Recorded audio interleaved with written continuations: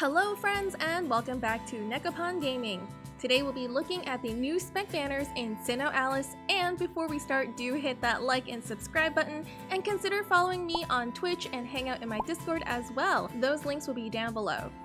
The new spec Grimoire are available from October 5th to the 16th, and with this new spec banner, we are getting all new cost 20 weapons along with tier 3 support skills and some new tier 4 Coliseum skills too. The last time we got cost 20 weapons were the Calamity banners along with their anniversary spec metal weapons. Perhaps now we'll be seeing more cost 20 weapons come along the way.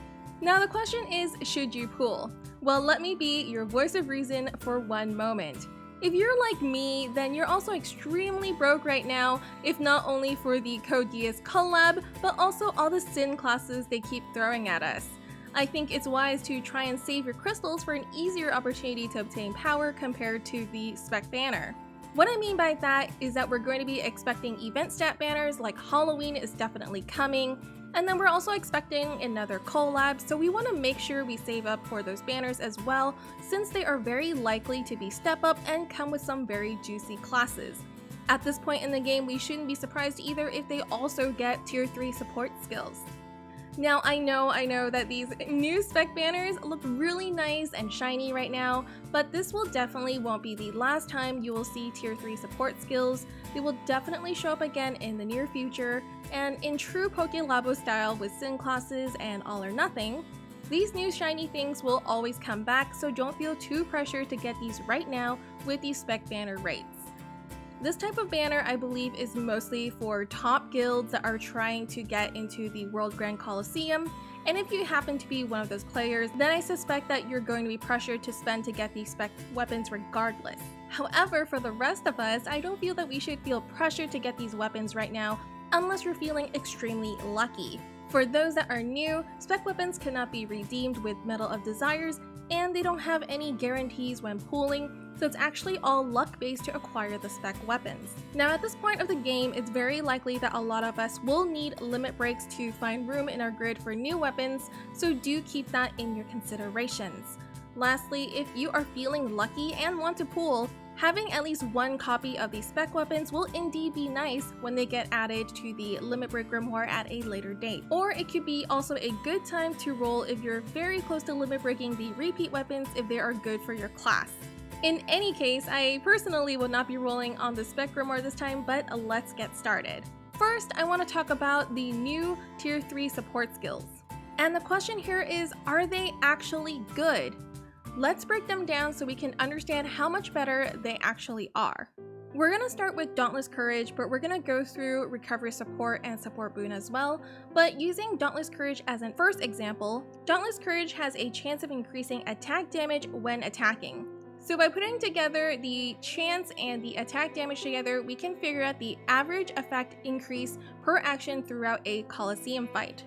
So from here you can see the 3.3 is where you're going to start overtaking the 3.26 from a DC2 weapon. So you really want to get your DC3 weapon to at least LB1 to be better on average compared to a max DC2 weapon. Now remember, these numbers are only at base, so this doesn't cover anything like Nightmares or Shinmas. Next, let's also take a look at Recovery Support, which is a chance to increase the amount of HP recovered when restoring HP. So we're talking about chance and amount of HP recovered together. In Recovery Support 2 and at max skill level, you get 2.4. Luckily for clerics, you only need one copy of the Recovery Support 3 weapon to be better on average than a max Recovery Support 2 weapon. Lastly, for mins and sorks, such as myself, Suppon Boon is a chance to increase support effects when giving support. So for us, our numbers actually kind of tough to work with. We actually need 2 limit breaks for Suppon Boon 3 to be better on average than a maximum Suppon Boon 2 weapon. So do keep these considerations in mind as you're pooling. You might want to consider getting multiple copies if you're going in on the spec banner, or have faith that you will get more copies of it later when they make it into the Limit Break Grimoire. Now let's actually get into the weapons itself. We're going to start with the physical weapons, and the new weapon we have this time for the sword is the Pure Life Rune Sword. The Pure Life Rune Sword is a win 20 cost sword with Gale of Assault 4 that deals massive physical damage to one enemy and slightly increase your own P attack. The Coliseum support skill here is All or Nothing Edge 2. Basically, this is a good farming sword. And the other new weapon is a hammer. This one is Hammer of Black Rose Whirlwinds. This is a 20 cost win hammer with Lightning of Assault 4 that deals great physical damage to 1 to 2 enemies and slightly increase your own P attack. It comes with Coliseum support skill Dauntless Courage 3. Hammer of Black Rose Whirlwinds has the second highest P attack out of all hammers, and it also has a self buff, which is pretty nice. The self buff is nice, but is not as sought after as a pure damage weapon skill. And the repeat weapon is Misery's End. Now both of these hammers are great with really high physical attack.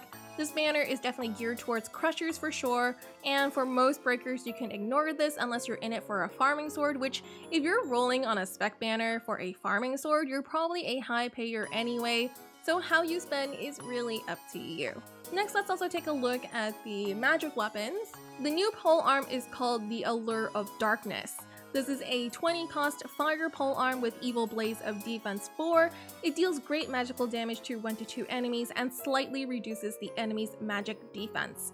It comes with the Coliseum support skill of Dauntless Courage 3. Of course, this is a solid polearm as we expect from the spec banner. The new bow is called Close Ties. This one is a water 20 cost bow with Vampiric Scar 4. Deals massive magical damage to one enemy and restores 10 SP. Of course, like the physical Vanguard weapon, we have a farming weapon here too, so this one has All or Nothing Shot too. This one is a weapon for those that are looking to get a farming weapon. This one's pretty darn nice because it also restores a little bit of SP if that's what you're looking for. Lastly, the repeat weapon for this banner is going to be Halberd of the Emerald Sea. This is a water polearm. It has the 5th highest magic attack, which makes this banner of course geared towards paladins since there are 2 excellent polearms here. Now let's start looking at the rear guards. So I'm going to start with the staves because that's just how my notes are laid out. But the new staff is going to be Hanged Man.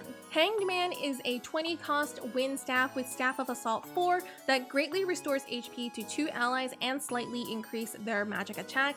It has the Coliseum support skill of Recovery Support 3. This is a 2-target staff with Recovery Support 3, so of course is excellent without saying. The repeat ones are going to be Staff of the Ice God and Staff of Duality.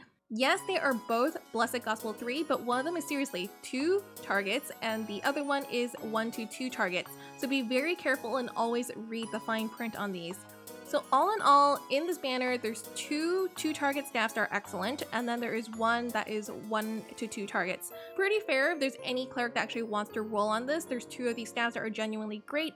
But in the end, it's up to you. I can tell you while Pokelabo can change their mind or add a staff to the mix, I'm currently not expecting any cleric classes for the upcoming Halloween event, so you can put that into consideration if you want to. Then let's go to the instruments next. The new one is Vicious Fang Flute. This is a 20 cost wind instrument with the Passion of the Exorcist 4 that greatly increases M attack and P def of 1 to 3 allies. And the Coliseum support skill is Suppon Boon 3. We finally have the highly requested magic attack and physical defense combo that has been sorely missing from our roster of instruments and tomes. It comes in at a grand entry as a tier 4 skill, meaning it is 1 to 3 targets, but the skill multiplier is the same as a tier 3 skill. The repeat instruments are going to be Rainbow Song, that is a 2 target for magic attack and magic defense, and the Distorted Chord, which is 1 to 2 targets for P attack and P def, both with Suppon Boon 2. And as usual, these instruments will be useful to you depending on your team composition. Like, don't go for the Vicious Fan Flute and the Rainbow Song if you only have physical attackers on your team, right? Okay, let's move on to the tomes. The new tome is Record of Blighted Love. This is a 20 cost fire tome with Chimerical Chain Chant 4 that greatly reduces magic attack and physical defense of 1 to 3 enemies with Suppon Boon 3. Like the instrument, we finally have the highly requested magic attack and physical defense combo that's been missing from a long time coming. Being a tier 4 skill means that is indeed 1 to 3 targets, but the skill multiplier is still the same as a tier 3 skill. The expected total output of this should be about 33% higher than a 1 to 2 target book, given it lands on all the right targets. It can be very tempting to get this since it is first of its kind, but hopefully this means there'll be more of it coming in the near future. The accompanying repeat tomes are going to be Book of Seahorses and Military Records of the Ice Kingdom. Book of Seahorses is P attack and M attack on 2 enemies, and Military Records of Ice Kingdom is physical attack and physical defense of 1 to 2 enemies. They both have support boon too. These are genuinely really nice books, especially if your team has a good amount of physical attackers. So again, it's up to you and your luck if you want to roll on these. But I personally will not be rolling on these as a Sorc, just, a personal thing since I never have good luck on spec banners, and I would like to spend my crystals on grimoires with better odds. Besides, I think another Sin Sorcerer will probably be coming soon enough. Lastly, let's also take a look at the artifacts. Hell's Compass is a 20 cost water artifact, and holy Batman, this is a tier 5 skill, guys. PokeLabo is really making the trolliest of trolls here. Okay, well, Vampiric Brand 5 deals great magic damage to 1 to 3 enemies and also restores 10 SP. This one comes with Dauntless Courage 3 as the Coliseum support skill. Okay, well now we have a tier 5 skill that not only deals 1 to 3 target damage, but also restores 10 SP. So it also has actually Dauntless Courage 3. So let me tell you, you mages always have the best stories to tell, and you don't need me to tell you that this is a great artifact. The repeat artifacts are Shadow Forest Lamp and Water Ore, which of course the Shadow Forest Lamp has really high magic attack and the Water Ore is just okay. Neither one buffs your own magic attack or have pure damage, so they're pretty good at best, while the Water Ore being easily the weakest one of the bunch. Anyway, I hope this was helpful to you guys, and let me know if you have any questions at all. Let's welcome the new era of tier 3 support skills, as I'm sure more of them will come up in the near future. Don't worry too much about the spec right now and look forward to the next big thing. Thank you so much again for watching, and don't forget to enter the Royal Creators Viewer campaign. My secret keyword is INVOLVEDCARROT if you want to enter for a chance to win 100 Twilight crystals. The link for that will also be down below. And if you're rolling, I do truly wish you the best of luck, and thanks again so much for watching, and I hope to see you on the next one or on Discord or Twitch. See you later, have a great day, and good luck on your rolls.